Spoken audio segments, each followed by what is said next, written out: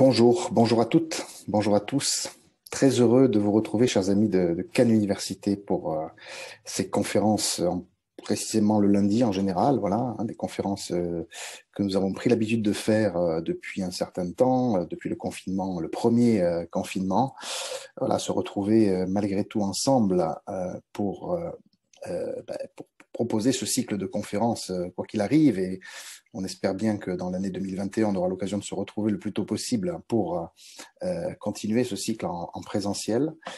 Donc, je suis très heureux de vous retrouver ici autour du cycle qui s'intitule, vous le savez sans doute, Controverse et polémique dans la France de la période d'après 1945. Hein, c'est dans cette période-là que nous nous situons. Et je vous rappelle que j'avais déjà abordé deux sujets. Hein, nous sommes à la troisième conférence du cycle.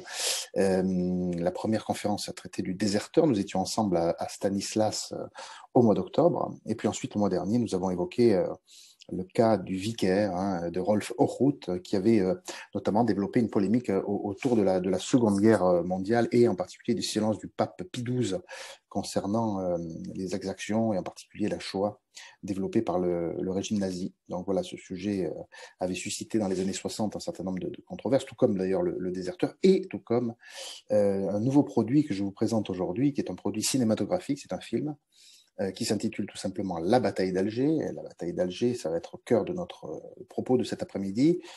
Une bataille d'Alger qui, en fait, est à la fois donc un fait, un événement, un moment de l'histoire de la guerre d'Algérie.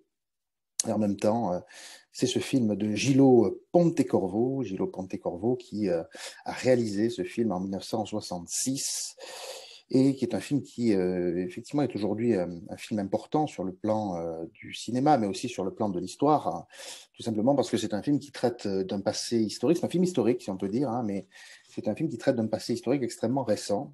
Hein. Il y a quelques films qui s'intéressent à des événements très récents, hein, aujourd'hui comme hier. Et là, on est dans ce cas avec, vous voyez, un événement qui enfin un événement qui s'est déroulé en 1957, pour être très précis, et qui est mis en film en 1966, enfin la sortie en 1966, mais le projet déjà échafaudé en 1963 au moment du Vicaire. Donc, et donc on va évoquer la naissance de ce film, son tournage, c'est le sens qu'il a pu avoir, les problèmes que ça a pu engendrer, les polémiques à la fois en France mais aussi à l'international que ce film a provoqué, et également de mettre en scène, alors avec tout un ensemble de réflexions, le sens même de ce film qui donc marque véritablement son époque et a été considéré comme un film qui disait quelque chose d'important sur la guerre d'Algérie globalement, en fait, hein, pour le dire très vite d'emblée, comme ça, nous sommes sur les rails.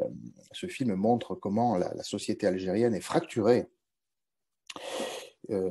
par la violence pendant la guerre d'Algérie, au cœur de la guerre d'Algérie, en 1957, c'est une société qui ne répond plus, on pourrait dire, hein, où les parties prenantes de cette société, je pense notamment aux Européens et à côté les populations locales, indigènes, et en particulier leurs représentants minoritaires, certes, mais activistes du FLN, sont extrêmement actifs et posent des bombes. Hein, et donc il y a une violence partagée, en quelque sorte, que ce film met très bien en scène.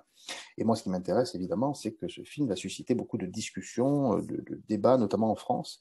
La France aura une histoire très particulière avec ce film parce que, tout simplement, la France a une histoire très particulière avec l'Algérie. Voilà, donc c'est un peu le thème de cet après-midi. Alors, j'ai avec moi tout un stock de documents et ça tombe plutôt bien que le procédé Zoom que nous utilisons là avec Facebook Live est un procédé qui permet de vous montrer ces documents en direct. Donc, vous aurez seulement à suivre mon propos. J'ai quelques images à vous montrer et surtout quelques extraits du film que je vous inviterai plus tard, bien sûr, à l'occasion à regarder en détail et en précis, enfin en totalité. Hein. C'est un film qui dure plus de 2 heures, mais qui est un film extrêmement intéressant, aussi bien sur le plan documentaire que sur le plan aussi narratif, malgré tout. Hein, même si vous allez voir, c'est un film qui est plutôt proche, dans un style réaliste, des événements. Alors, on va tout de suite partager mon écran. Voilà, partager mon écran. Et donc, vous proposer un premier ensemble d'éléments concernant cet écran, justement, concernant ce document.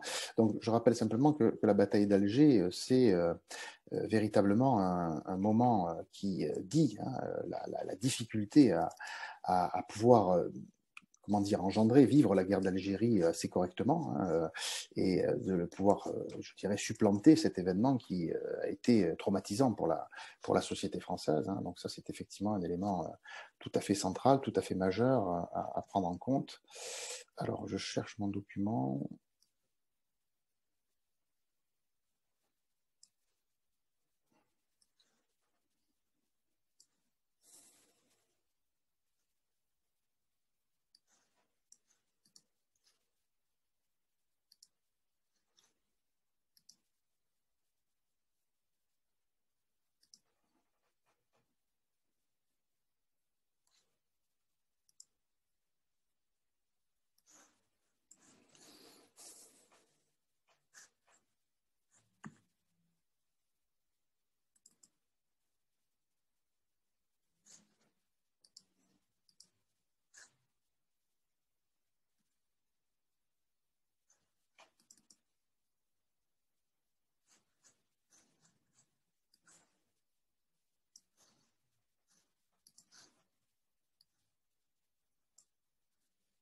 Voilà, donc nous nous retrouvons pour ce document qui est voilà, devant moi. Et donc, nous avons ici un, mon PowerPoint, mon diaporama hein, que j'ai intitulé, vous voyez, La bataille d'Alger, censure et polémique, hein, donc de Gillo Pontecorvo, 1966. Donc cette bataille d'Alger, c'est donc un moment extrêmement intéressant. Alors voilà la, comment dire, l'affiche, hein, l'affiche que vous avez sous vos yeux. Hein, donc déjà, on va bien comprendre pourquoi on parle de la Battaglia di Algeri, parce que c'est un film qui n'est pas un film français, c'est un film italo-algérien. Hein, c'est la première des choses qu'on va évoquer ici. Hein, et ce film, donc, est un film qui a été, donc, vous voyez ici les différents éléments que vous pouvez voir des acteurs de ce film, si on peut dire, des acteurs au sens large du terme. Donc, vous avez le réalisateur Gillo Pontecorvo, hein, vous avez le scénariste Franco Solinas, proche en amitié et en travail de Gillo Pontecorvo. Vous avez l'acteur, un des acteurs importants du film, donc qui est l'acteur Brahim Hadjadj, hein, ici évoqué, Jean Martin, Youssef Saadi, trois principaux acteurs de ce film. La musique est de Ennio Morricone. Et donc, la production, c'est Antonio Muso du côté italien et Youssef Saadi du côté algérien. Voilà. Donc, on va effectivement évoquer cette œuvre. Mais avant cela, bien sûr, il faut que je vous raconte un petit peu ce qui s'est passé pendant la fameuse bataille d'Alger pour que vous sachiez de quoi il en ressort, en fait, hein, dans le cadre de cette bataille d'Alger. Donc, je vais revenir à mon écran directement, parler directement à ce niveau-là. Oui, la bataille d'Alger, c'est un épisode important de l'histoire de la guerre d'Algérie, puisque la guerre d'Algérie a été scindée en plusieurs périodes. Hein. Il y a d'abord la période des premières années, qui est une période où la guerre ne se dit pas, ne se fait pas et qu'elle n'est pas tout à fait clairement déterminée. Mais à partir de 1956 et surtout 1957, la guerre d'Algérie prend un tournant qui est tout à fait conforme à un conflit qui s'aggrave, qui devient violent, qui radicalise les positions et qui va partir vers un inéluctable conflit, on pourrait dire, très lourd, entre 57, 56, 57 et 62. Hein, donc voilà. Et donc la bataille d'Alger, c'est un peu un tournant, on pourrait dire, de la guerre d'Algérie. Ça se déroule, cette bataille d'Alger se déroule entre le mois de janvier et le mois d'octobre 1957, entre janvier et octobre 1957, avec effectivement un certain nombre de victimes, hein, si on fait un bilan réel, hein, là je vous parle de l'événement en tant que tel, de l'événement réel, le nombre de victimes du côté européen, alors quand je parle des victimes européennes, c'est des militaires, mais c'est aussi des civils, victimes d'attentats, hein, c'est à peu près 300 morts du côté français pendant cette bataille d'Alger qui dure à peu près 9-10 mois, 900 blessés, y compris donc pendant des attentats, lors d'attentats, et puis du côté indigène ou du côté algérien, on est à peu près entre 1000 et 3000 morts, avec des arrestations aussi, hein, des disparus. Donc c'est effectivement un moment extrêmement dur.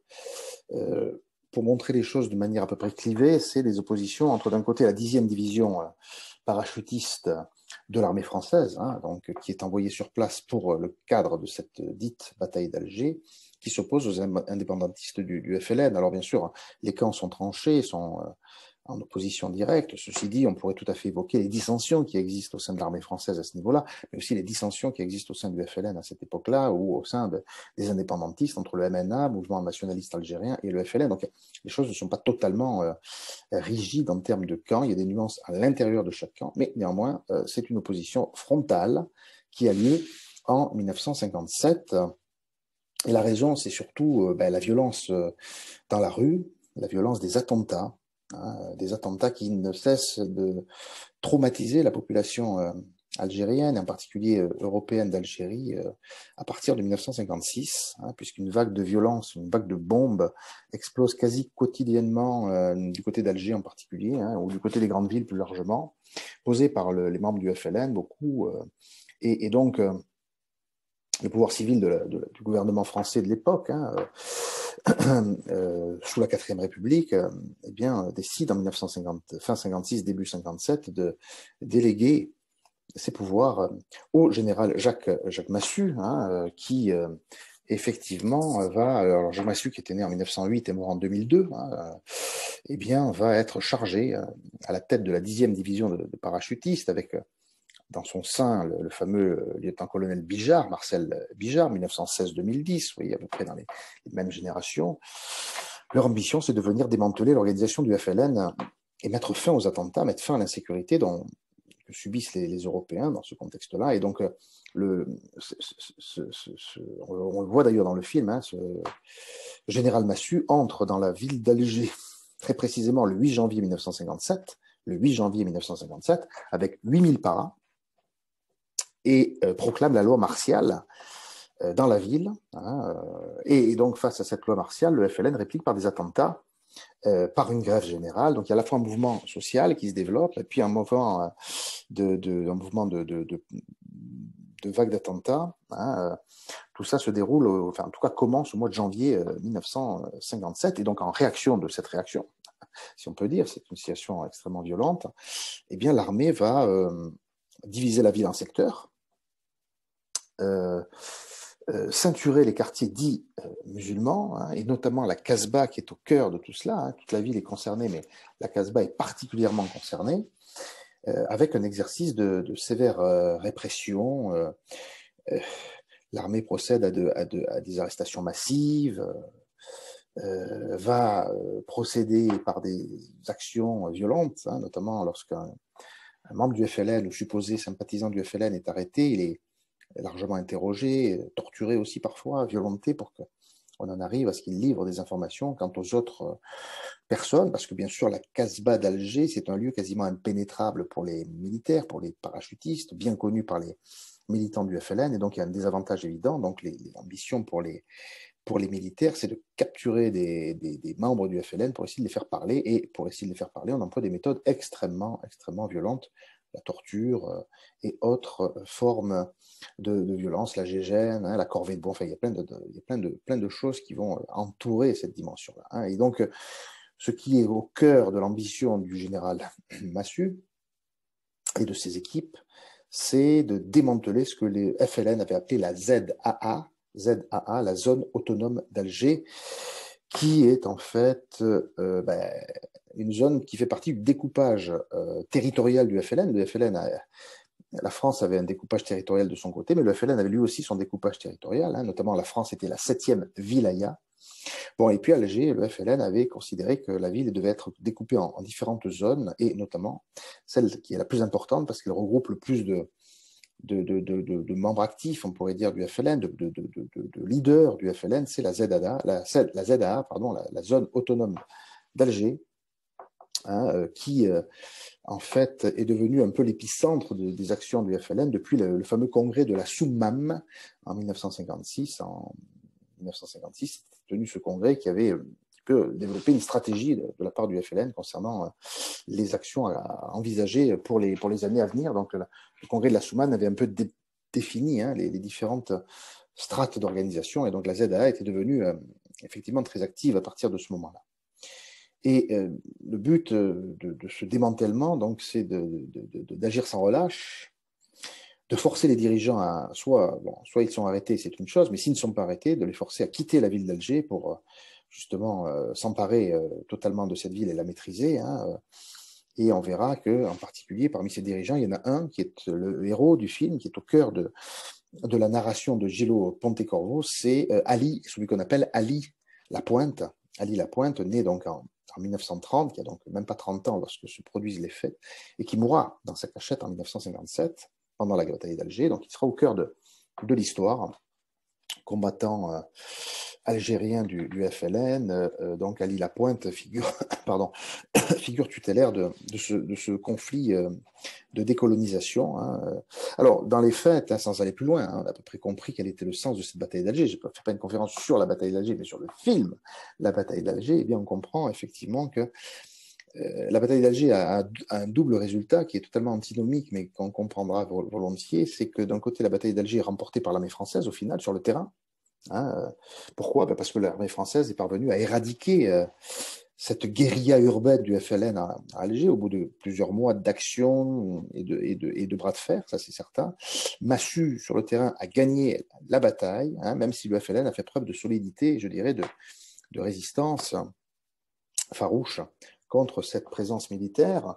Mais, on le sait, la France va perdre la guerre sur un autre terrain, et pas que la bataille d'Alger, mais la guerre en général, le terrain politique, le terrain diplomatique, le terrain médiatique également. Donc, il y a là sans doute quelque chose qu'il faut mettre en évidence. Et donc, je reviens à mon partage d'écran ici pour montrer le fait que, donc voilà cette Casbah d'Alger, telle qu'elle est aujourd'hui, telle qu'elle pouvait être aussi à l'époque, à part les antennes paraboliques, pas grand-chose a vraiment changé ici. Voilà. Et ce qu'on peut dire aussi, c'est que, voilà, un petit peu à l'époque de la bataille d'Alger, les images qu'on pouvait avoir à ce moment-là, des militaires juchés sur des toits qui surplombent la ville d'Alger et la Casbah, la vieille ville, donc sur fond de port et d'activités portuaires. Voilà à quoi ressemble Alger, et voilà à quoi ressemblait Alger en 1957 pendant la guerre d'Algérie, pendant les conflits liés à cette guérilla, et donc le général Jacques Massu qui est ici donc photographié en pleine action pendant l'année 1957. Et effectivement, ce qui est intéressant ici, c'est que ce film va donc montrer, et choisir de montrer, toute une série de réalités qui sont liées à cette époque, avec la volonté de les filmer avec un côté de réalité, ce qui double le caractère intéressant pour l'historien du film. C'est une fiction très près du réel, en fait, et il y a peu d'éléments narratifs en termes d'histoire. L'histoire est un peu une histoire qui vraiment colle au réel quelques années plus tard. Et ça, c'est un élément important, puisque le film va beaucoup montrer la violence, en fait, mais tout ce qui est intéressant de le dire, et j'insiste beaucoup là-dessus, parce qu'on va bien comprendre que c'est un point central, la violence dans les deux camps. Cette bataille d'Alger, c'est violence contre violence, c'est une violence des attentats du FLN contre la violence de l'armée française qui effectivement a vis-à-vis de ces populations un comportement très très dur, et je dirais plus largement la violence coloniale face aux populations locales qu'on entend, qu'on voit apparaître autour de cela. Mais on voit beaucoup aussi la violence des militants du FLN contre les intérêts français et européens dans cette époque-là. Donc, et notamment, on va le voir, il y aura une série l'auteur va s'attacher à, pendant de longues minutes, voir comment un attentat s'est organisé, comme on le voit ici, enfin 3 attentats en un, si vous voulez, puisque s'est déroulé en particulier cet épisode qui fera partie du film, c'est effectivement l'attentat de la rue Michelet, plutôt les attentats des rues Michelet et Péguy le 26 janvier 1957, qui ont eu un rôle important dans le déclenchement notamment des radicalités liées à ce qu'on appelait plus tard la bataille d'Alger, justement dans ce contexte-là. C'est effectivement la conséquence de l'arrivée des troupes de para dans la ville d'Alger. Donc le film va bien montrer ça. Et puis le film va aussi beaucoup s'attacher à la personnalité de celui qui dans le film s'appelle le colonel Mathieu et qui est en fait donc effectivement la représentation de Massu dans le film, hein, un soldat digne qui mène ardemment sa tâche, mais aussi avec beaucoup de difficultés, hein, et qui n'hésite pas à avoir recours à la torture, considérant que c'est un recours inhumain, mais qui, en temps de guerre, a ses mérites et permet d'avancer. Donc, c'est un élément qui est mis en avant ici. Et le film, donc, montre les camps qui s'affrontent, en fait, hein, avec les moyens dont ils disposent, et ça, c'est effectivement un élément tout à fait intéressant. Donc, les FLN, c'est les attentats, hein, et l'armée française, c'est la torture, l'intimidation et des actes de répression. Alors, pour être dans le bain, effectivement, évoquons ces graves attentats qui ont pu exister, pardon, dans cette période, avant celui-ci de la rue de Michelet, hein, il y a eu juste avant, quelques mois avant, un attentat célèbre, tristement célèbre, évidemment, puisqu'il a fait beaucoup de bruit, beaucoup de victimes. C'est l'attentat de ce qu'on appelait le Milk Bar, qui est en fait le début de la bataille d'Alger. Alors, on n'est pas encore en 57, c'est le 30 septembre 1956, donc 3 mois avant la fin de l'année 56. C'est quoi le Milk Bar? Eh bien, c'est un glacier très réputé de la ville d'Alger, hein, le glacier qui est beaucoup fréquenté par les enfants, par les adolescents qui reviennent de la plage, surtout en ce jour du 30 septembre 1956. C'est pas un jour anodin puisque c'est le dernier jour des vacances scolaires, hein. Le 30 septembre, c'était en Algérie, la fin des vacances, hein, les écoles reprenaient le 1er octobre, hein, donc beaucoup de monde dans ce milk bar revenu de la plage sur les premiers contreforts des hauteurs d'Alger, et à 18h30, donc une bombe explose faisant 3 victimes, hein, 3 jeunes filles tuées, 3 jeunes femmes tuées, soixantaine de blessés, surtout des enfants, parmi lesquels 12 de ces enfants ont été amputés de membres, hein, et parmi ces enfants, il y avait Daniel Michel Chiche, hein, qui avait 7 ans à l'époque, hein, et qui est devenue depuis, hein, toujours vivante, essayiste et traductrice, hein, donc née en 1951. Et les autrices, si on peut dire, des attentats étaient deux jeunes filles, hein. L'une était née en 1934, donc à Tiaret, l'autre était née en 1935. La première s'appelle Zora Drif, et la seconde s'appelle Jamila Bouhiret, toujours vivante aussi, hein, donc intéressant. Elles seront d'ailleurs arrêtées après cet attentat, emprisonnées et amnistiées en 1962 dans le cadre des accords d'Évian. Et d'ailleurs, il y aura eu plus tard, hein, 50 ans après, dans un colloque en 2012 sur l'Algérie, 50 ans après, une confrontation entre Zora Drif et sa victime, Daniel Michel Chiche, qui était assez intéressante à retrouver, même si c'était effectivement un peu tragique de revoir ça 50 ans après, enfin en tout cas de retrouver les acteurs 50 ans après. Et puis il y a eu aussi, donc à l'occasion de cet épisode, le second, très important, ces 3 bombes qui explosent rue Michelet et Péguy le 26 janvier 1957, eh bien, l'une des autrices, c'est Jamila Amran Min, hein, qu'on appellera plus tard Daniel Min, née en 1939 et décédée en 2017, qui était née à Neuilly, qui est décédée à Alger, hein, qui était née dans une famille communiste très, très engagée, on pourrait dire, qui va donc devenir pendant la guerre d'Algérie une militante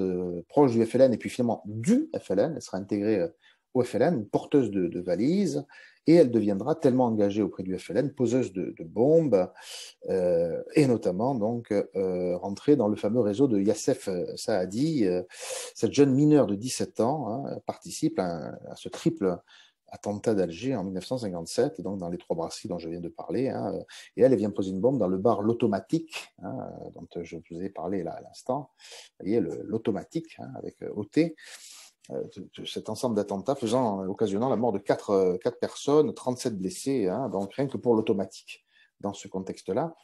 Et elle va être emprisonnée à la prison d'Alger, la prison Barberousse, transférée en France par la suite, et puis libérée en 1962 avec l'amnistie des accords d'Évian. Dans la balance des accords d'Évian, il s'agit de libérer tous les prisonniers concernant ce conflit, y compris meurtriers. Donc, en 62, elle a opté pour la nationalité algérienne et fera carrière à l'université d'Alger, devenant professeur, ensuite, plus tard, à Toulouse, et rédigeant ouvrages et poèmes après cet épisode de sa jeunesse violente, on pourrait dire, hein, à l'époque donc de la guerre d'Algérie, et en particulier de la bataille d'Alger. Donc on est effectivement dans cette réalité hein, d'une Casbah qui est fouillée de fond en comble lorsque les parachutistes sont arrivés sur place. Alors, le film, voilà quelques images du film maintenant, hein, est un film qui justement va montrer tous ces éléments-là. Et je voudrais d'emblée vous montrer deux moments hein, donc, de ce film. D'abord, effectivement, le moment du début, parce que le film est fondé sur un flashback, c'est-à-dire qu'en fait, on a la scène finale au départ, c'est-à-dire, en gros, vous allez voir la découverte à la suite de la torture d'un des membres du FLN qui va lâcher l'information de la cache dans Alger, dans la Casbah d'Alger d'Ali Lapointe. Eh bien, on va assister à la fin d'Ali Lapointe, déniché, débusqué par l'armée française. Et en fait, c'est la fin de l'épisode. Et cet épisode terminé, on va nous ramener au début hein, à toute la genèse de l'histoire pour qu'on nous la raconte et qu'on en arrive à cet épisode final, si on peut dire, de la bataille d'Alger. Donc, l'acteur algérien Hadjadj, que vous voyez ici, hein, est partie prenante de ce film. J'y reviendrai tout à l'heure, mais tout de suite commencer par donc vous présenter le début du film. Hein. Donc, nous sommes en 1966 ici, dans le film donc dans le film La bataille d'Alger. Alors, on va aller là, ici, voilà, et voilà le début du film. C'est parti.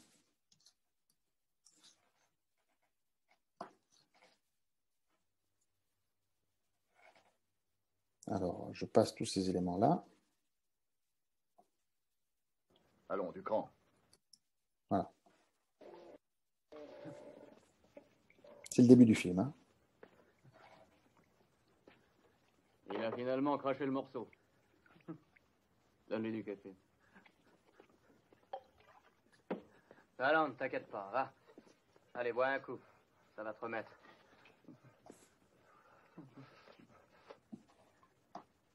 Allez, te fais pas de bile, mon vieux, tiens.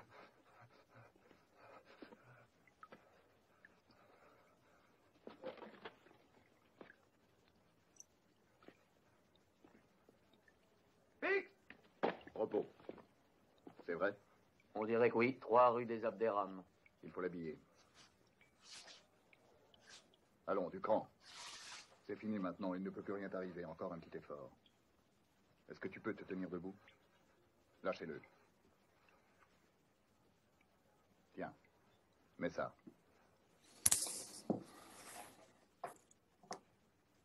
Donc ce captif a été... très bien. Ce captif a été arrêté, il a été torturé. Et avec ça, ils ne pourront pas te reconnaître. Tu as compris? Il a été arrêté, il a été torturé et il a donné la cachette. Après, tu seras libre. Donnez-lui une casquette et habillez-le. Intégration. Allons, allons, fais pas l'idiot, la gloire.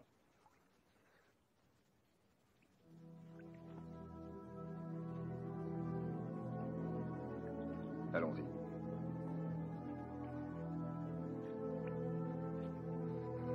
Non! Ah! Tu vas rester tranquille. Tu veux qu'on recommence? Allons, fais pas le zouave. Un peu de courage.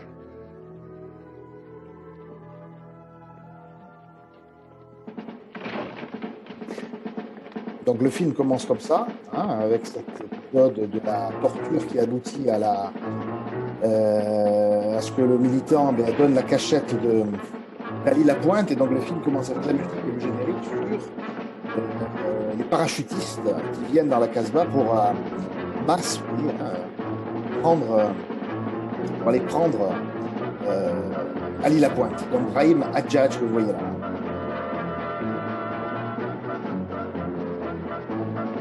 Et ça, c'est la fin, finalement, de l'histoire. Vous voyez que sont déployés toute une masse de têtes sur le cœur d'Alger dans la Casbah.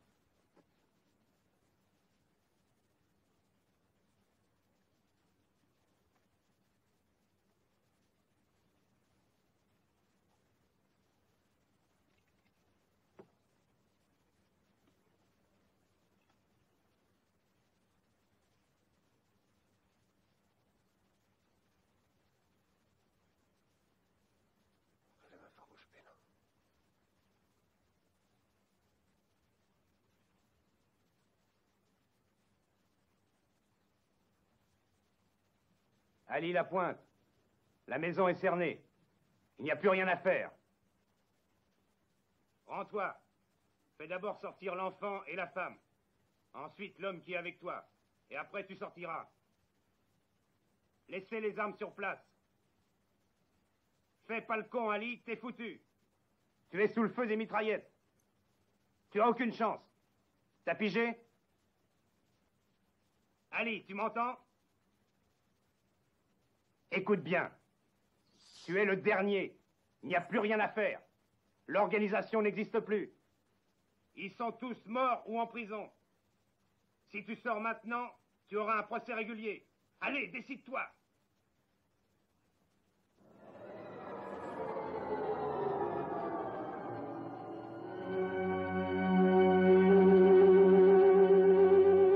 Et voilà, et donc c'est le début du film. Vous avez compris. J'arrête de partager 2 minutes et je me montre à l'écran. Voilà, c'est le début du film. C'est l'épisode, ou plutôt l'épilogue de cette bataille d'Alger. C'est, je vous l'ai dit, la victoire de l'armée française qui a démantelé la zone autonome d'Alger. Hein. L'objectif est réussi malgré tout, malgré les difficultés. Ali Lapointe est un des derniers grands chefs, on pourrait dire, de cette zone autonome d'Alger à ne pas avoir été, soit comme on le dit, abattu, soit arrêté. Il va décider de ne pas se rendre et il va donc il va mourir dans sa cachette à cette occasion. Et il y aura, ce sera un peu le clap de fin, on pourrait dire, de la bataille d'Alger, même si, comme je vous l'ai dit, la guerre d'Algérie est loin de se terminer. Elle ne fait peut-être même que commencer. Vous voyez, donc c'est pas un épisode qui arrête tout. Au contraire, c'est plutôt un épisode qui est plutôt au début d'un processus. Bref. Alors, ce qui est intéressant là, c'est la manière dont le film est organisé. Donc, on commence par la fin, on commence par l'épilogue, on commence par la victoire de l'armée française, hein, par la mort de Ali Lapointe, mais on explique finalement les années précédentes, comment les choses ont pu en arriver là, avec une narration qui est extrêmement chronologique, on pourrait dire. Il y a toujours, vous avez vu, des indications chronologiques.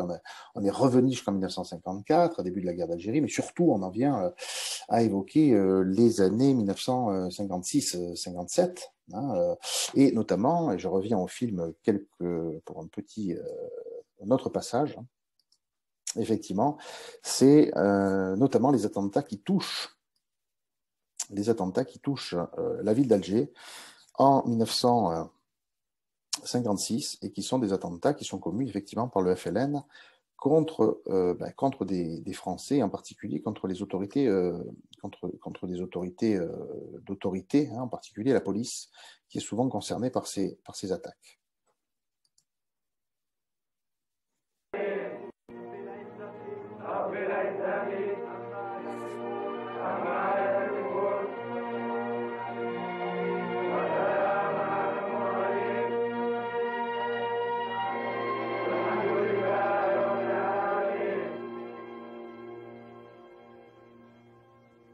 Alors, on vous donne, vous voyez, les heures et jours précis d'une litanie d'actes violents de la part du FLN contre des autorités, des policiers ou des membres de l'autorité française.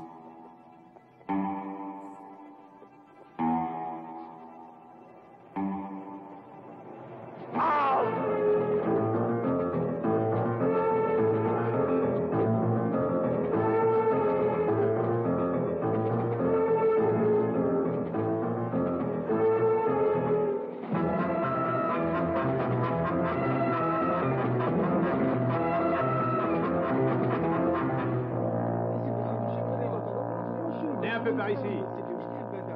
Monsieur l'agent, mais qu'est-ce qui se passe? Alors du calme. J'étais en train de discuter. Venez par ici. Dis donc, Antoine. Emmène ces gens-là chez le commissaire. Venez.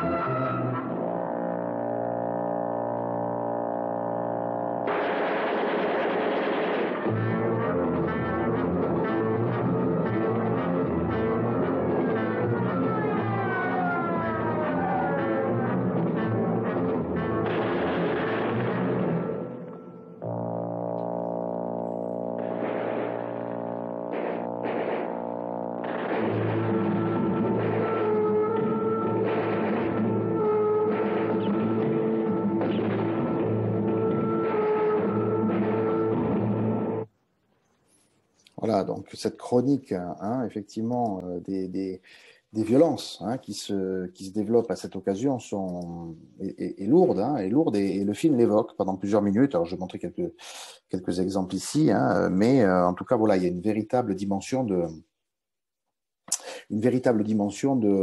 violence qui apparaît ici dans ce cadre-là.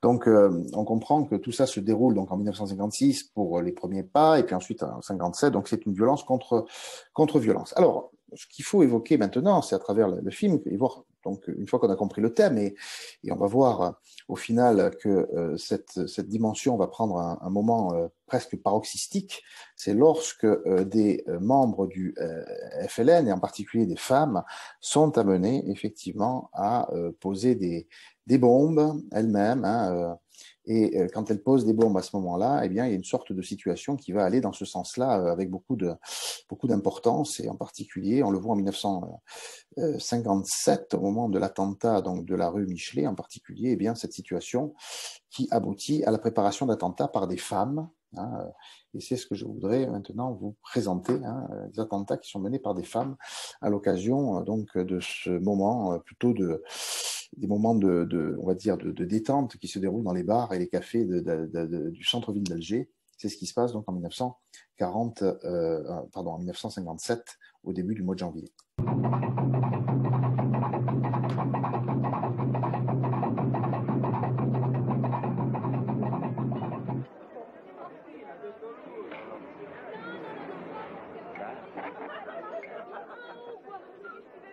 Alors, on remarque que ce sont des femmes qui sont amenées à poser des bombes. On en parlait tout à l'heure ici, et donc soit des militants du FLN qui sont ici, vous voyez, mandatés pour venir consommer des boissons dans les bars et ensuite déposer, comme on le voit ici, un sac ou un colis qui va exploser et donc faire des victimes. C'est la stratégie du FLN dans ce contexte-là, et donc on retrouve cette dimension très présente dans le film. Partez, mademoiselle? Oui, monsieur. C'est dommage.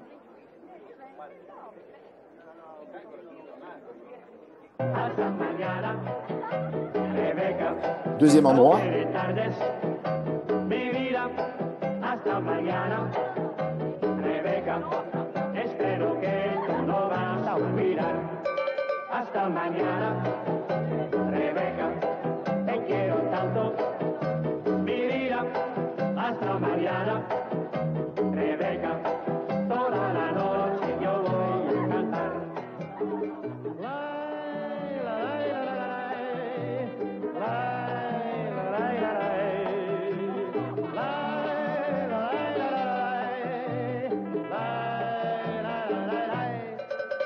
Mañana, Rebeca, no te tardes, mi vida, hasta mañana, Rebeca, espero que tú no vas a olvidar. Et le troisième endroit, dans une agence, je crois, aérienne. Attention, le vol 432 Agence en direction Air de France. Paris décollera avec un retard de 20 minutes. Attention, attention. Le vol 432 en direction de Paris décollera avec un retard de 20 minutes. Oui, c'est ce que je m'en rappelle. Vous voulez un autre martini? Je Je suis. Tu comprends, moi je n'aimerais aller en Italie. Ma femme n'aime pas l'Espagne. Elle dit qu'on bronze plus vite en Italie.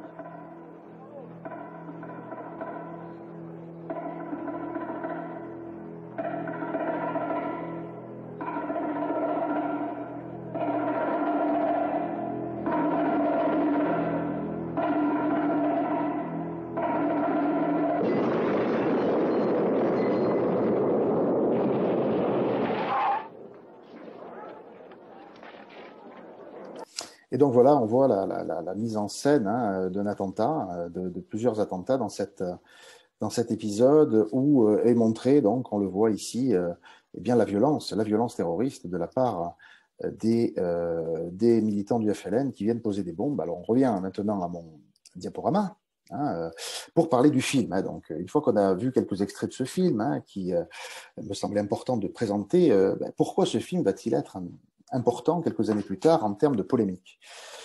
Alors, les trois acteurs de ce film, hein, je les rappelle parce qu'ils sont importants. C'est d'abord donc Brahim Hadjadj que vous voyez là et que vous voyez surtout dans une image devenue célèbre hein, ici du film. Hein, Brahim Hadjadj, le film est beaucoup centré sur lui, hein, notamment. C'était un acteur, il est décédé en 1996, il était né en 1934, hein, donc il avait une trentaine d'années lorsque ce film a été réalisé. Et en fait, c'est pas un acteur professionnel, Brahim Hadjadj, puisqu'il a été plutôt bon, découvert, si on peut dire, par Gillo Pontecorvo. Hein, et en fait, Gillo Pontecorvo l'a rencontré lorsqu'il était en train de venir faire des repérages hein, véritablement sur le film, hein, quelques mois avant le début du film. Et donc Gillo Pontecorvo l'a découvert sur le marché d'Alger, a trouvé qu'il avait une gueule en quelque sorte, qu'il avait un profil pour être l'incarnation d'Ali Lapointe. Donc il va être embauché pour ce film, mais ensuite il aura une carrière extrêmement, je dirais, modeste, hein, jusqu'à sa mort en 1996, assez prématurée. Voilà, le deuxième personnage important, alors voilà, ici Ali Lapointe, donc, hein, vous l'avez vu tout à l'heure à l'écran, ici dans une scène du film, hein, voilà. Là aussi, on voit une scène du film qui montre comment est-ce que ce film a demandé beaucoup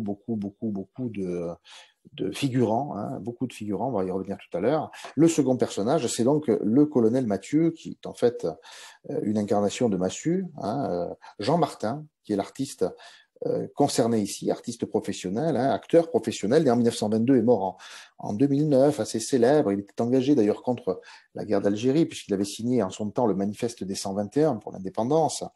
Et il avait, bon, jusqu'à sa mort en 2009, il a été acteur de multiples films, hein, que vous voyez ici, donc, hein, parfois d'ailleurs même des films comiques, hein, puisqu'il a tourné dans des films avec Louis de Funès, par exemple, hein, mais c'est un acteur très, très complet qui a réalisé toute une série de films intéressants, parmi lesquels donc la bataille d'Alger, ici. Et puis il y a un troisième personnage qui est très important dans cette histoire, c'est ce personnage qui en fait joue son propre rôle. Voilà quelque chose d'assez exceptionnel. Vous avez ici un acteur politique de la bataille d'Alger de 1957, qui est devenu en 1957 un acteur en 1966, pardon, qui est devenu un acteur, et donc lui qui a été le Yassef Saadi, militant du FLN, membre de la ZAA, zone autonome d'Alger, devient en 1966 à l'écran Yassef Saadi lui-même en personne, qui joue son propre rôle dans le film. Donc il y a une sorte de mise en abîme autour du personnage qui est extrêmement intéressante, hein, et donc Yassef Saadi, né en 1928, hein, qui est toujours vivant aujourd'hui, aux dernières nouvelles, effectivement, hein, jouant son propre rôle, lui qui avait un rôle très important, je vous ai dit, dans la zone autonome d'Alger, très, très important, puisque c'était un des chefs, et qui est devenu d'ailleurs un héros grâce à cette action menée malgré la défaite, mais malgré tout héroïque, et qui est donc devenu en 1962 un personnage important, notamment au niveau du cinéma. Il a commencé avec le cinéma à s'engager hein, dans, disons, une action, disons, de producteur de films hein, en Algérie, hein, et en particulier dans le privé. Hein, il va être le chef, enfin plutôt le chef d'entreprise, oui, le chef d'une entreprise, d'une boîte de production qui s'appelle Casbah Film, justement, hein, Casbah Film, et qui va être le coproducteur Casbah Film de ce film La Bataille d'Alger, hein, avec des capitaux algériens, mais aussi des capitaux yougoslaves. On est dans la période effectivement des non-alignés dans ce contexte-là. Et dans l'Algérie d'après 1962, le cinéma se cherche un peu et Yassef Saadi va prendre le sujet en main, ça l'intéressait, et donc il va passer de militant indépendantiste à entrepreneur, producteur de films et même acteur, hein, vu là aussi le côté extrêmement esthétique, on pourrait dire, hein, avec un côté très avantageux qu'il pouvait avoir d'acteur de cinéma. C'est ce que dira d'ailleurs Gillo Pontecorvo, qui lui aussi a trouvé que eh bien, il n'y a pas mieux que Yassef Saadi pour jouer le rôle de Yassef Saadi dans ce contexte-là. Donc, vous le voilà ici plus âgé, en sachant que dans les dernières années, et ces dernières années, hein, jusqu'en 2016, il était un membre important de l'entourage du président algérien Abdelaziz Bouteflika, qui était lui aussi un militant du FLN. Hein. On a toujours eu par la suite des militants du FLN et des acteurs de l'indépendance jusqu'à Bouteflika au pouvoir. Et donc en 2016, d'ailleurs, il y a eu une polémique autour de Youssef Saadi, comme quoi, selon laquelle, une rumeur qui n'a pas été vérifiée, mais ça a suscité beaucoup de discussions en Algérie, que ce serait lui qui aurait in fine livré Ali Lapointe au para de Massu Bijar. Donc reste à discuter, mais c'est un élément intéressant, le voilà en tout cas. Rien n'a été prouvé autour de ça, donc je ne veux pas proférer et véhiculer des rumeurs qui n'auraient aucun sens, mais néanmoins, il y a eu cette tache sombre dans les années 2016. Pardon. Alors voilà, ici donc Ali Lapointe, à l'époque donc de la bataille d'Alger, alors qu'on le voit aussi à l'époque du film à cette occasion. Voilà, donc on voit effectivement qu'il a un côté très, très photogénique, très intéressant, et tout ça est à corroborer avec les écrits de ce journaliste, mais aussi militaire pendant la bataille d'Alger, américain, qui s'appelle Ted Morgan, qui a publié en 2012 ce témoignage, si on peut dire, qui s'intitule « Ma bataille d'Alger », et qui raconte, lui qui est né en 1933, d'une mère américaine et d'un père français, comment est-ce qu'il était à cette époque-là en Algérie et comment est-ce qu'il a ressenti cet épisode. Donc c'était bien intéressant de confronter tous ces éléments autour du film, et de voir comment ce film est conçu dans ce contexte-là. Alors, ce que je voudrais, je reste sur 2 minutes sur Youssef Saadi, ce serait d'abord d'évoquer la genèse du film. Voilà, ça c'est un élément intéressant, la genèse du film. Ce film, pourquoi est-il né, c'est le premier élément. Ensuite, j'évoquerai dans un deuxième temps, de manière un peu plus approfondie, l'affaire qui va être au cœur de cette polémique. C'est lorsque le film va être primé à la Mostra de Venise. Ce qui va provoquer des controverses, notamment entre la France et l'Italie. Et puis le troisième élément, c'est la carrière difficile que va avoir ce film en France, alors qu'il a une carrière tout à fait honorable, pour pas dire extrêmement couronnée de succès ailleurs. Mais en France, ça restera un film mal aimé, méconnu et souvent enterré. Donc c'est un élément assez intéressant. Donc, ce film a été qui dure 2h05, je vous l'ai dit, a été une coproduction algéro-italienne ou italo-algérienne, avec donc effectivement comme principal personnage, eh bien son réalisateur, Gillo Pontecorvo, vous voyez ici, vous le voyez un peu plus âgé ici, il est né en 1919, donc il a une cinquantaine d'années, un peu moins, lorsqu'il réalise ce film, et il mourra à Rome en 2006, donc il y a une quinzaine d'années. Lui qui était scientifique de formation, Gillo Pontecorvo, qui avait aussi été journaliste, correspondant à Paris de différents journaux italiens, qui était un militant plutôt de la gauche alternative, on va dire, même de l'extrême gauche parfois. Il avait été compagnon de route du Parti communiste, puis il a quitté au moment des événements de Budapest. Bon, bref, mais il tourne son premier long métrage en 1957, et il est le frère d'un scientifique, un savant, Bruno Pontecorvo, qui en fait était devenu un savant italien, mais qui était passé à l'est, du côté de l'URSS. Il est devenu atomiste, son frère à l'est, et bon, il y avait des liens entre eux, et donc on ne peut pas considérer que Pontecorvo avait un point de vue totalement neutre. Néanmoins, très important, on verra que l'idéologie de Pontecorvo, même si elle est globalement dans le sens, on pourrait dire, de l'indépendance, est une idéologie qui n'apparaît pas complètement dans le film. On va y revenir dans ce contexte-là, et c'est pour ça que c'est un film intéressant à ce titre-là, un peu comme pour Le Vicaire, par exemple, dans ce cadre. Et donc, pourquoi est-ce que c'est Pontecorvo qui va réaliser ce film? Tout simplement, on le voit ici avec Robert De Niro, par exemple, Pontecorvo. Cette image est intéressante. En fait, le film est le résultat d'une volonté de la part du gouvernement algérien en 1962-1963, qui est une volonté de réaliser une œuvre, de faire réaliser une œuvre qui marquerait l'histoire de l'indépendance, avec beaucoup de budget, avec beaucoup d'argent, une super production qui permettrait de proposer un produit qui serait utilisable pour vanter les mérites de la révolution algérienne. Donc dès 1962, on a cette idée en tête. C'est une idée du président Ahmed Ben Bella, que vous voyez ici, Ahmed Ben Bella, qui a été le premier président de la République algérienne, qui va donc être renversé en 1965 par son successeur Ouari Boumedienne, donc le successeur de Ben Bella.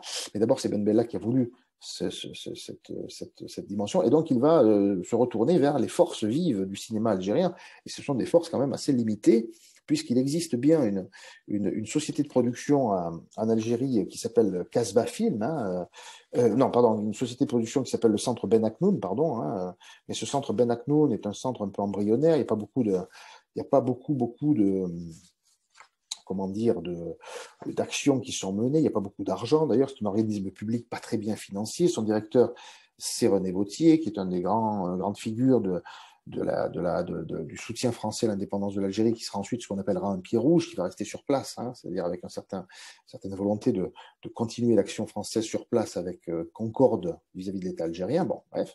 Donc, le côté public, il n'y a pas grand-chose, et donc c'est du côté de l'organisme privé de Yassef Saadi, Casbah Film, donc que, avec des grands moyens, le film pourra se faire. Mais Casbah Film a besoin d'un concours européen pour pouvoir bien réaliser ce film avec les conditions idéales. Et donc, il se tourne, le gouvernement algérien et Casbah Film, Yassef Saadi, donc Ben Bella et Yassef Saadi, pour le dire simplement, eh bien, on se tourne vers des prospections pour essayer de voir si, du côté européen, des pistes de production ou de coproduction sont possibles, bien sûr, avec une parité financière ou à peu près.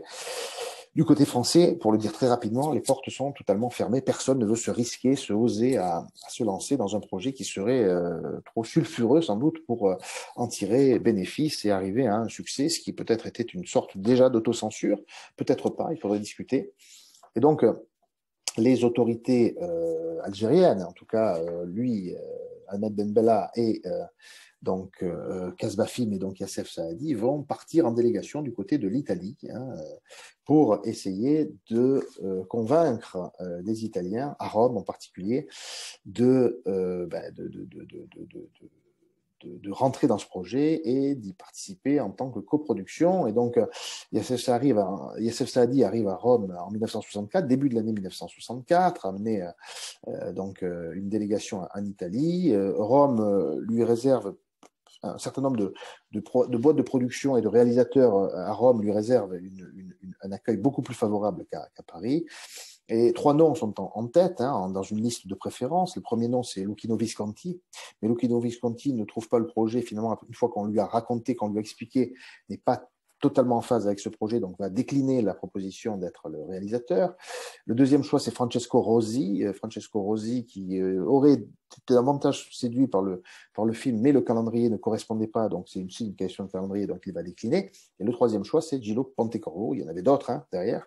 Et en tout cas, le troisième sur le podium sera le bon, hein, qui accepte, mais à une condition, et ça c'est très important qu'il accepte à une condition, c'est d'avoir les mains libres pour réaliser ce film. Alors, il s'accorde bien sûr pour considérer qu'il doit faire un film qui va vanter in fine la révolution et sa destinée, mais en même temps, les moyens qu'il va employer pour cela ne sont pas des moyens totalement hagiographiques. Ce n'est pas de la propagande. Il veut réaliser un vrai film de fiction avec une épaisseur, on pourrait dire, à tous les niveaux. Et c'est ça un peu le cœur du sujet, parce qu'on a bien compris que malgré le style, si on peut dire réaliste, caméra au point, on pourrait dire à ce moment-là, hein, c'était un peu le style de l'époque qui était très en vogue, avec une sorte de dimension presque de film d'actualité, hein, où la partie fictionnelle est finalement assez faible, et les frontières du coup avec le réel restent aussi elles-mêmes faibles, mais malgré ça, la volonté de Gillo Pontecorvo et de Francesco Solina, son adjoint, enfin son scénariste, c'est effectivement de produire une œuvre qui ne soit pas simplement une œuvre de gloire à l'indépendance, mais qui soit une œuvre de complexité, hein, où s'interroge tout un ensemble de sentiments à l'intérieur de ce film. Hein. Donc, un film tourné avec un gros budget, un film d'ailleurs qui sera amorti, un film tourné avec plus de 30 000 figurants. Vous voyez ici sur cette scène le fait que les figurants, ce sont tout simplement les habitants de la Casbah. Vous imaginez bien que le film qui est tourné dans la Casbah d'Alger, c'est pas dans les décors d'un studio, mais c'est dans la Casbah. C'est une Casbah qui est effectivement tout à fait grouillante de personnes, très peuplée. Et donc les habitants sont les habitants de la Casbah, les figurants sont les habitants de la Casbah, et ils sont en nombre important. Et ils vont se familiariser, puisque le tournage va durer plusieurs mois, avec la présence de Pontecorvo et de son équipe pour filmer tout ça. Hein. Donc coproduit par Casbah Film, le film, donc la société de production algérienne, et Igor Film, la société de production romaine, qui vont s'accorder pour monter un projet financier qui va tenir la route. Bon, et puisque ce film est de longue haleine, puisqu'il est ambitieux, eh bien, Pontecorvo et Solinas vont prendre tout le temps qu'il faudra pour procéder à une enquête préalable. Donc nous sommes début 64 et toute l'année 64 est organisée pour des recherches, pour des lectures, pour des repérages, pour la récolte de témoignages, pour la consultation de journaux d'époque, qui sont des journaux récents mais néanmoins d'époque, d'une époque de quelques années auparavant, 64-57, vous voyez, 7 ans, c'est pas énorme, c'est comme si on parlait aujourd'hui de 2013 ou de 2014. On lit des mains courantes de commissariats, on lit des livres de recherche sur le sujet, ou en tout cas d'actualité. Et le scénario est vu, revu, corrigé 5 fois, les moyens financiers sont mobilisés, et Alger donc est le théâtre des opérations, hein, avec donc la plupart sont des figurants, 9 acteurs italiens qui participent au film et des figurants européens aussi qui sont sur place, hein, alors qu'ils sont des touristes, des coopérants ou des journalistes de passage qui vont servir de figurants dans le cadre du film. Et le tournage commence donc au mois de juin 1965.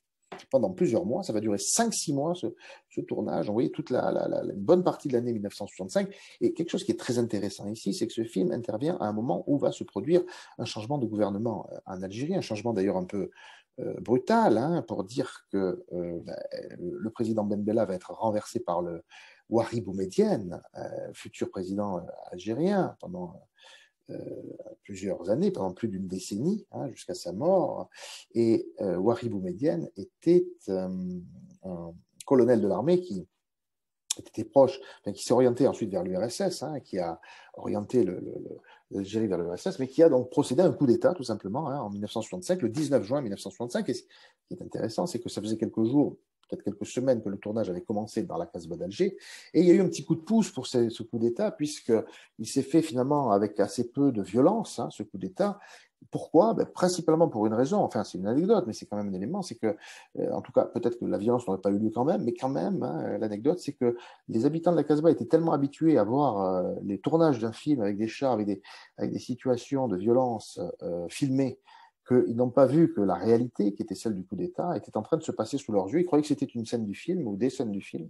Et donc, ils n'ont pas bronché, il n'y a pas eu de mouvement de quelconque. Et Boumedienne a toujours été très, très fétichiste vis-à-vis du film, considérant que c'est un film qui lui a porté bonheur. Et tous les ans, lorsqu'on commémore le 19 juin à ce moment-là, à l'époque de Boumedienne, eh bien, on projette le film, hein, comme ça a été le cas lors de la première année de l'anniversaire de la prise de pouvoir par Boumedienne, le 19 juin 1966, eh bien, le film est projeté devant un parterre de dignitaires algériens, ils sont environ 2000, dans une séance de gala, hein, où on annonce les festivités justement de cet premier anniversaire, et tout ça va se poursuivre, se continuer les années suivantes, hein. Chaque fois on va développer cela en grande pompe. Donc ça c'est un premier aspect, si vous voulez voir comment est-ce qu'il y a ici une dimension extrêmement importante de cet effet que va provoquer le film.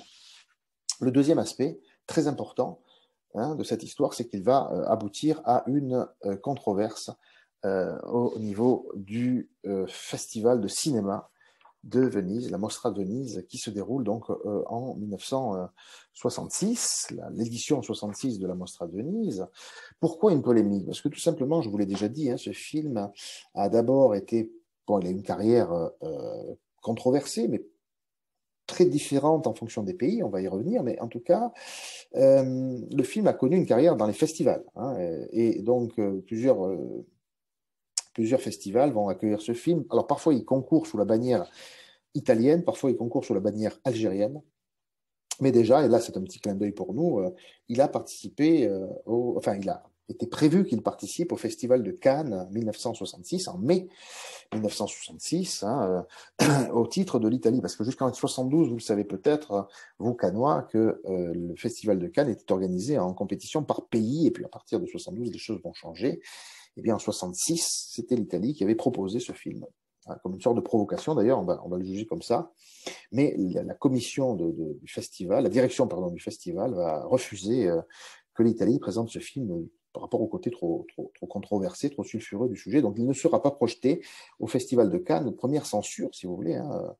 De même manière, il devait être présenté au Festival de Carthage, hein, à la fin de l'année 66, hein, à Tunis.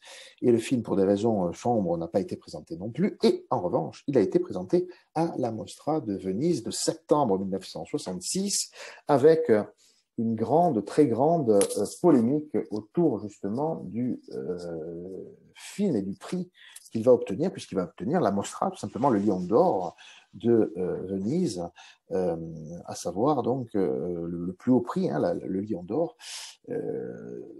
dans une atmosphère extrêmement tendue, hein, puisque, sans rentrer dans le détail, mais il va y avoir, à l'occasion de cet épisode qui a été bien raconté ici par ce personnage qui s'appelle Armand Bérard, 5 allées au Palais Farnèse. Il a été, Armand Bérard, ambassadeur de France à Rome pendant 5 ans, de 62 à 67, et pendant ces 5 ans, il a vu notamment l'affaire de la bataille d'Alger, voire il a vu cette affaire venir perturber les relations diplomatiques entre la France et l'Italie, puisque c'est allé assez loin, hein.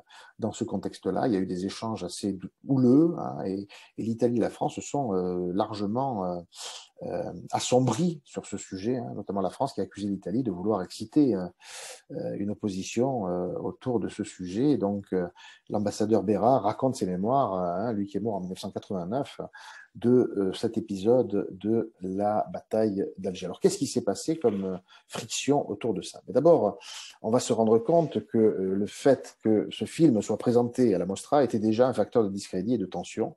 La délégation française à Venise en 1966, qui était composée notamment du président de cette délégation, Philippe Erlanger, qui était un grand personnage du cinéma français à cette époque-là, hein. Il était né en 1903 et il mourra en 87, mais surtout, c'était un grand spécialiste du cinéma. Il avait d'ailleurs participé au premier pas de la Mostra d'Alger à l'époque où c'est Mussolini qui l'avait créé, hein, dans les années 30, et en 1936, 37, 38, eh bien, il avait notamment observé la francophobie, hein, à l'occasion de ces mostras fascistes. Et en 1966, il considéra que l'épisode de la bataille d'Alger était une autre manière de développer un sentiment anti-français. Donc, il y aura beaucoup de tensions autour de ça, hein, dans ce contexte-là.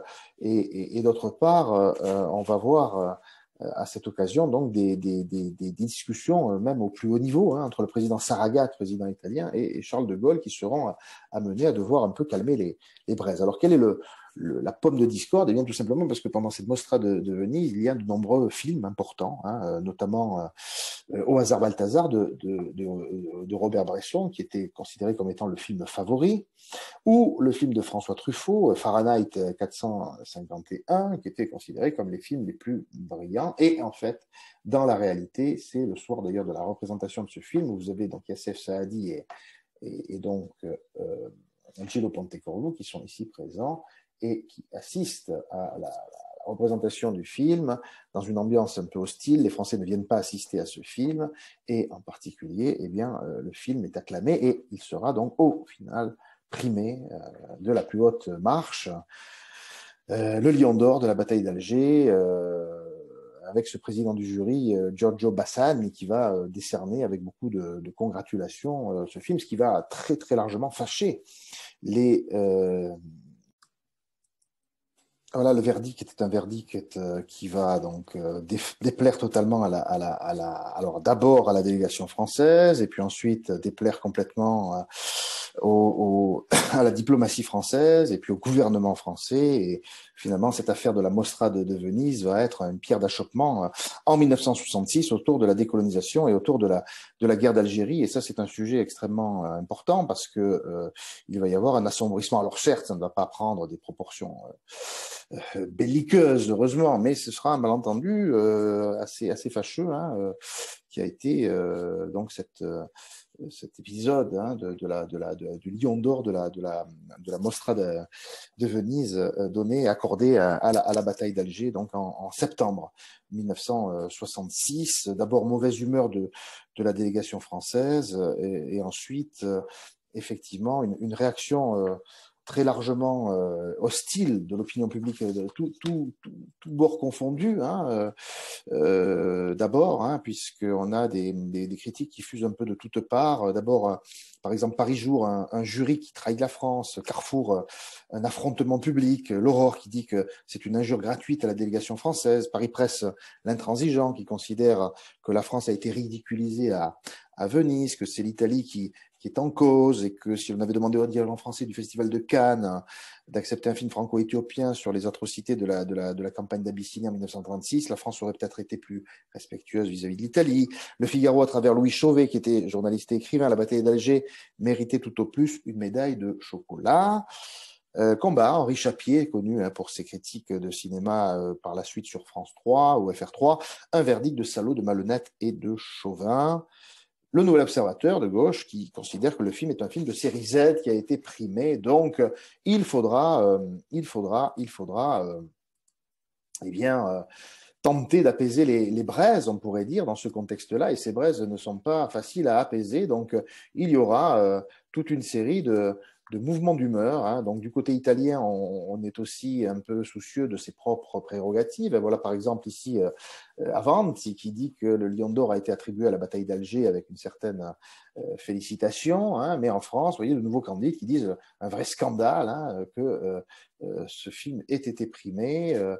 Et en Italie, on réagit. Vous voyez, Pontecorvo forse non meritava il leone. Peut-être que Pontecorvo ne méritait pas le lion, mais les Français, décidément, exagèrent. Donc, voilà une situation qui n'est pas très favorable, de même que, comme Gilles Jacob le dit, vous voyez, il était à ce moment-là en partie critique, il écrivait dans les nouvelles littéraires, et il considère que ce festival est à feu et à sang à cette occasion. Alors certes, Alberto Moravia, que vous avez là sous les yeux, va bien tenter d'un petit peu calmer la situation, mais ce sera effectivement très, très difficile. Hein. Et donc, il y a ce moment de 1966 sur lequel je ne m'étends pas trop parce qu'il y a beaucoup de controverses à ce moment-là et beaucoup de prises de position. Je pense par exemple à Pierre Pasquini, le député des Alpes-Maritimes, qui demande au secrétaire d'État Yvon Bourges, secrétaire d'État à l'information, de faire en sorte que la France ne participe plus jamais à la Mostra de Venise, compte tenu de ce qui vient de se passer. D'autres qui voudraient que les biens culturels italiens en France soient taxés, qu'il y ait des représailles à l'égard des Italiens, et puis des critiques cinématographiques qui vont qui vont être très très hostiles hein, à l'égard de la bataille d'Alger. Certains considèrent que c'est un film médiocre, de mauvaise qualité, peu esthétique, inélégant. D'autres considèrent que c'est un film partial qui dénigre systématiquement la France et qui est très, très orienté vers le nationalisme algérien. D'autres considèrent que c'est un film simpliste, pas assez d'épaisseur historique, pas assez d'analyse qui reste superficielle. D'autres considèrent que c'est un film qui privilégie l'action à la réflexion. C'est surtout des critiques des cinéphiles, hein, comme Cinéma 66 de Guy Henbel ou Le Cahier du cinéma. Par exemple, le Nouvel Observateur considère que ce film, c'est, je cite, transformer la guerre de libération en règlement de compte entre gangsters, voilà ce qui est dit ici. Et puis d'autres considèrent que c'est un film qui n'est pas du tout crédible, puisque la langue au départ, c'est la langue italienne, réalisée par un Italien qui ne savent rien ou pas grand-chose de la guerre d'Algérie. Donc voilà, tout un ensemble de critiques, tout un faisceau de critiques qui seront diffusées, proposées à ce moment-là, et ça va être un facteur de tension, de discrédit autour de ça. Mais il y a un troisième aspect ici qui va apparaître, c'est le fait que, en France, eh bien, le film n'aura absolument pas de diffusion, puisque le diffuseur, compte tenu de cette polémique, va décider de ne pas le diffuser. Hein. C'est Universal, le distributeur américain, qui va se lancer là-dedans. Et donc, le film aura une carrière très difficile en France à cette occasion, puisque cette carrière, d'abord, elle n'a pas commencé en 66 comme ailleurs, où le film, par ailleurs, est acclamé, hein, où le film a eu un succès phénoménal un peu partout, et en France, non seulement il ne sort pas, parce qu'on a peur d'une forme d'autocensure, mais lorsqu'il sortira, vous allez voir, ce sera très tendu et très éphémère. D'abord, le succès, le contraste entre le succès planétaire du film et le succès invisible en France, puisque pas de succès. Donc, en Italie, c'est un succès. Au Canada, c'est un succès. Au Japon, c'est un succès. En Suisse, c'est un succès. Et puis surtout aux États-Unis, où le film obtient deux distinctions suprêmes, hein, l'Oscar du meilleur film étranger en 1968 et l'Oscar du meilleur scénario en 1969. Le film devient donc d'ailleurs très populaire pour les minorités noires américaines, raciales. Les Black Panthers, par exemple, sont très largement concernés par ça. Hein. Et donc, il y aura diffusion de ce film, notamment sur les méthodes de guérilla qui seront tournées, enfin plutôt présentées en guise d'exemple autour du film. Et puis surtout, le film est très populaire en Algérie, où là, il remporte tous les suffrages. J'ai dit tout à l'heure, effectivement, que le président Boumedienne avait fait une sorte de fétiche, mais d'autre part, le film est aussi une référence en permanence en Algérie, une sorte de mythe hein, qu'on ressort régulièrement pour présenter les fastes de l'indépendance, malgré le fait que le film soit plus nuancé que ce qu'on peut penser quand on le regarde de très près. il faut effectivement le regarder de très près pour avoir un peu plus de certitude autour du film. Puisqu'en France, donc je vous l'ai dit, le film est pas du tout présent, puis ensuite on verra très peu présent, voire pas du tout. Donc, polémique entre ceux qui sont du côté des hostiles, hein, donc plutôt anciens combattants, plutôt extrême droite évidemment, ça c'est certain, mais aussi d'autres mouvements. Hein, je pense à l'Union nationale des parachutistes, je pense au Front des rapatriés, je pense à l'Enfanoma, l'association française des Français d'Afrique du Nord, je pense à des étudiants qui vont s'opposer à ce film.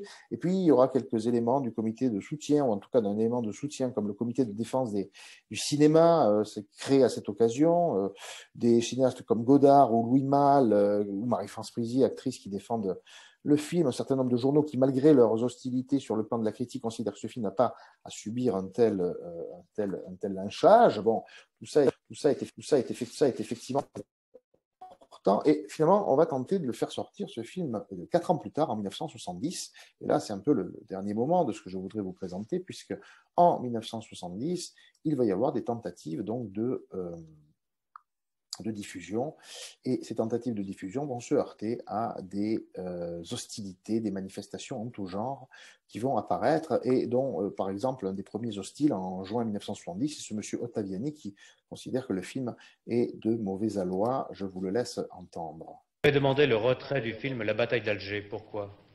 Si nous avons demandé le retrait de ce film, c'est que nous avions le sentiment qu'il était encore prématuré de le passer dans les salles de spectacle, étant donné que 13 ans, ça peut paraître long à certains, pour nous c'est encore très court. Beaucoup de rapatriés ont encore à vif les blessures qu'ils ont ressenties à l'époque, et cela nous a semblé en quelque sorte une provocation de nous passer ce film en ce moment. Provocation pourquoi? Pensez-vous que les gens, les Français ou les rapatriés ne peuvent pas voir ce qui s'est passé? Moi, je veux bien si cette histoire n'est pas orientée, n'est pas à sens unique. Or, d'après ce que nous savons du film, d'après ce que il est très nettement orienté, et il fait l'apologie de certains félagas qui sont eux-mêmes les vedettes de ce film. Vous n'avez pas vu le film? Je n'ai pas vu le film, j'en ai eu des échos. Son retrait avant? Je demande son retrait avant pour prévenir certains actes qui auraient été regrettables, à mon avis. Il y a eu des menaces. Certains cinémas ont déjà... S'il y a eu des menaces, elles ne sont pas de notre fait, ça je peux vous en assurer.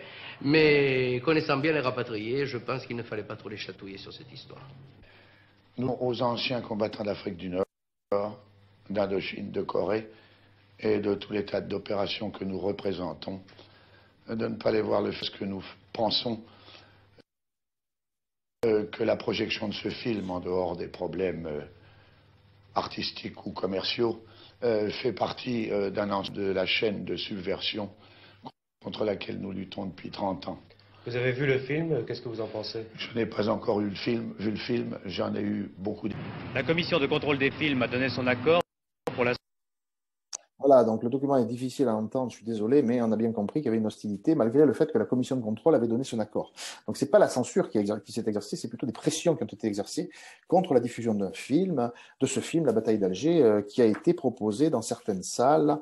Je pense par exemple à Orléans, je pense à Paris, dans certaines salles du quartier latin, à Lons-le-Saunier, où des directeurs de salles ont été assez courageux pour présenter ce film, qui avait chaque fois des menaces, des discussions, des pressions pour que le film ne soit pas présenté. Ça a été par exemple le cas à Coutainville, où à Coutainville, on a présenté le film, hein, notamment avec des spectateurs qui sont finalement sortis avec disons une certaine satisfaction d'avoir pu le voir. Et puis d'autre part, ce qui est assez intéressant aussi, c'est de voir comment est-ce que le film a été vu par Gillo Pontecorvo, qui, lorsqu'il est interviewé, évoque les raisons qui ont fait que le film n'a pas forcément bien marché en France. Gillo Pontecorvo, La bataille d'Alger date de 1966. C'est un film qui a eu 12 prix internationaux, dont le Lion d'Or à Venise. Il a eu 3 mentions en vue de l'Oscar. Pourquoi a-t-il fallu attendre 3 ans et demi pour que nous voyions ce film en Belgique? Mais pour des raisons, disons, mécaniques. Parce que la production qui a produit ce film était une petite production. Et au début, elle n'avait pas assez de contacts internationaux. On a vendu au monde entier, et une partie du monde, entre lesquels la Belgique. Et la France et d'autres encore? Oui, pour la France, c'est un autre problème. La France, la Belgique et l'Hollande et d'autres pays n'ont pas été vendus parce qu'ils n'ont pas fait un contact économique normal, en somme. C'est un problème de distribution De essentiellement. distribution, technique, disons. Et pour la France? Pour la France, non. Pour la France, c'est le producteur même, le distributeur, qui a voulu attendre parce que les événements étaient trop récents pour la France. Et, il nous semblait que ce n'était pas le moment idéal pour... mais il va sortir dans un mois, je crois, 20 même en France. Voilà, alors le film devait sortir dans un mois et donc on voit ici notamment Pontecorvo interviewé qui raconte pourquoi le film est pourquoi apparaît dans le film Youssef Saadi. Les Algériens n'ont pas fait d'objection aux scènes, par exemple, de l'explosion du bar de la rue de l'Isly où on voit sortir du décompté un enfant. Non, vous avez mis l'accent justement sur peut-être un des rares points sur lesquels il y a eu un peu de friction. C'est-à-dire, c'est pas qu'ils ne voulaient pas mettre l'explosion, parce qu'on aurait faussé les données historiques de cette période qui est la bataille d'Alger. Mais ils étaient contraires à que je mette dans le café qui va exploser par une bombe algérienne un petit gosse français au milieu d'autres publics qui prend une glace. Ils trouvaient que c'était une chose qui était pour eux. Le film que j'aurais aimé faire et que j'espère d'avoir fait côté comporte aujourd'hui dans notre époque la naissance d'une nation. Vous avez eu comme producteur Youssef Saadi, qui a été un des chefs du FLN, et vous l'avez même fait jouer dans le film. Comment l'idée vous est-elle venue d'en faire un acteur? Mais purement pas parce qu'il joue son rôle, mais parce qu'il a un visage que je trouve extrêmement cinématographique. Voilà, alors il parle du visage cinématographique de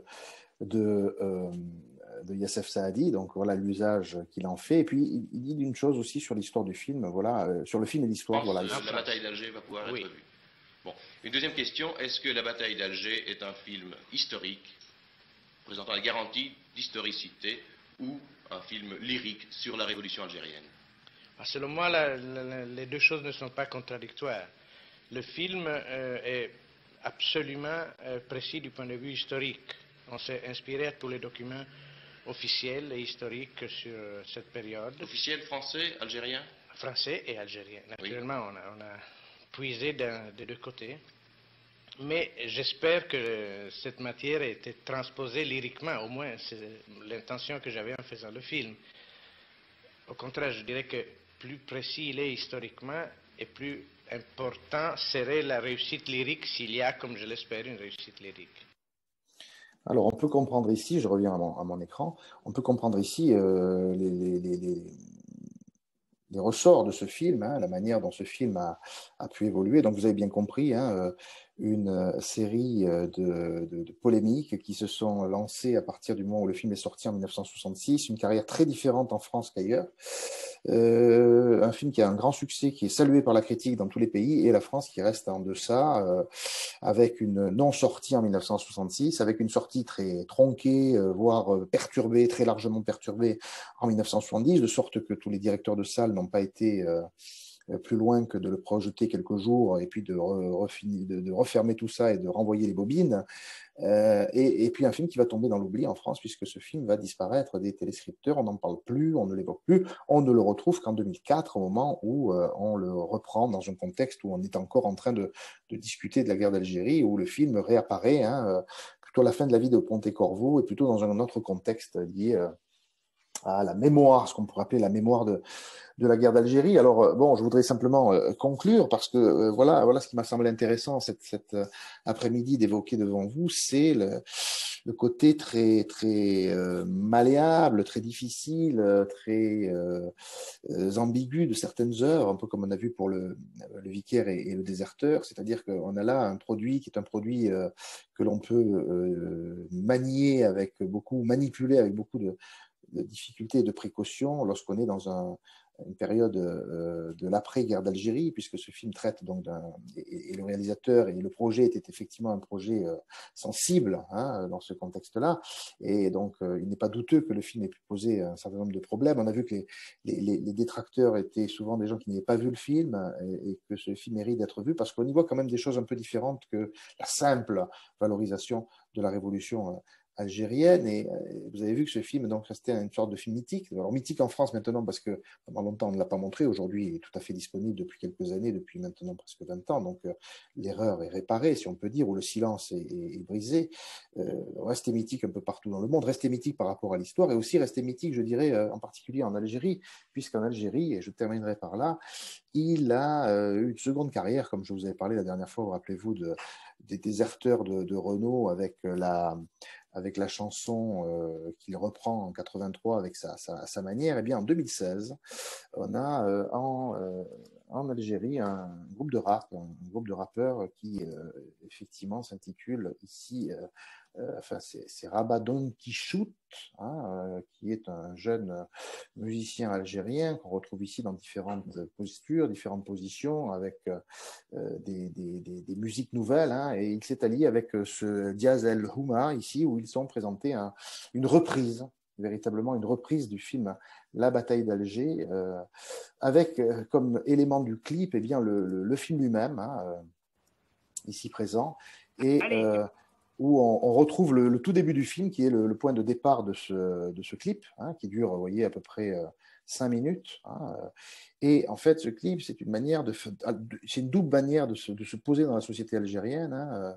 D'un côté, c'est, vous voyez, on voit le déroulé du film. D'un côté, c'est de rendre hommage au film, et de l'autre côté, c'est de considérer que ce film doit faire penser aux Algériens en 2016, au moment où il a été diffusé quelques temps avant le début du Hirak, justement, de cette révolution, et bien de considérer qu'une nouvelle bataille d'Alger doit avoir lieu contre le pouvoir algérien, en se positionnant justement sur le fait que cette révolution qui a été accomplie et magnifiée par le film, d'une certaine manière, nécessitait aujourd'hui d'autres évolutions parce que Abdelaziz Bouteflika, porteur, on pourrait dire, de la révolution algérienne, a transformé l'Algérie dans une situation de marasme contre lequel s'insurgent les jeunes, et en particulier ce groupe. Donc, quelques notes de ce morceau de rap qui s'appelle La bataille d'Alger, tout simplement, et qui développe des propos très anti-gouvernementaux algériens, en diffusant des images. إدارة لابسة بارا لزورد واشنطن دي سي لزورد واشنطن دي سي لزورد واشنطن دي سي إدارة لابسة بارا لزورد واشنطن دي سي لزورد واشنطن دي سي تحب تدير بدا حدار لا باطاي دالجي غير البلوكاج يا الستار لا باطاي دالجي بروجي صغير ولا من الكبار لا باطاي دالجي حاجة ما تجيب الانتظار لا باطاي دالجي حرب حتى الانتصار لا باطاي دالجي جامي تطفى فينا النار لا باطاي دالجي تسمع بينا في الاخبار لا باطاي دالجي متروطوار لي زوسكار لا باطاي دالجي. Voilà, donc c'est sur ces notes de rap que je voudrais vous quitter. Donc après cette évocation donc, de la bataille d'Alger à travers le film et puis ses controverses, j'espère que vous avez passé un moment intéressant autour de ce sujet qui nous fait découvrir une facette effectivement de la guerre d'Algérie après la guerre d'Algérie, sujet toujours qui continue à alimenter nos imaginaires. Je vous souhaite donc, en revenant à l'écran complètement, une très bonne fin d'après-midi, de très bonnes fêtes de fin de mai. Et puis normalement, on se retrouve très vite, puisque le 4 janvier, on doit se retrouver pour une séance autour d'Yves Saint-Laurent, avec son défilé de mode qui s'appelle 40 en 1971, où on va retrouver une autre forme de controverse aussi tout aussi intéressante. Donc rendez-vous à très bientôt, je vous souhaite une très très bonne soirée. Au revoir.